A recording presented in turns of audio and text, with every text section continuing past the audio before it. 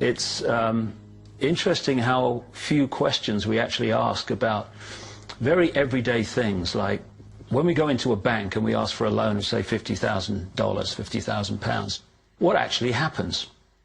You see, most people live their lives based on a kind of vague image of what happens. What actually happens is you ask for £50,000, they type into your account £50,000. That's all they do. They don't mint any coins, they don't print any money, they don't move any precious metal anywhere. They just put £50,000 into your account on a computer screen. From that moment, you start paying interest on money that has never, does not, and will never exist. It turns out that banks actually have about 9 times as much money loaned out as they have on reserve in their vaults. This is possible because of what's referred to as fractional reserve lending. The way it works is that the Federal Reserve, or the central bank in any country, is legally allowed to determine the amount a bank must have on reserve. In the U.S., it's currently around 10%. So if you deposit $10,000 into the bank sets aside 10%, or $1,000, and then loans out the rest of your money. The way it works is, say another person comes into the bank and asks for a car loan of $9,000.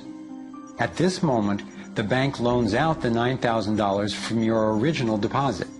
It isn't there anymore. The borrower then pays the person selling the car, and they go deposit the money into another bank, which is part of the same central banking system.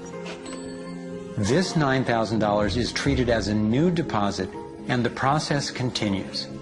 The money gets redeposited and reloaned until the initial deposit of $10,000 becomes $100,000. The banking system just created $90,000 by loaning out your money.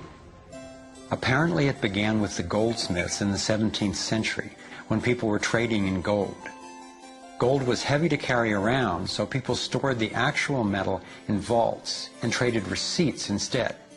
Those receipts were the first paper money.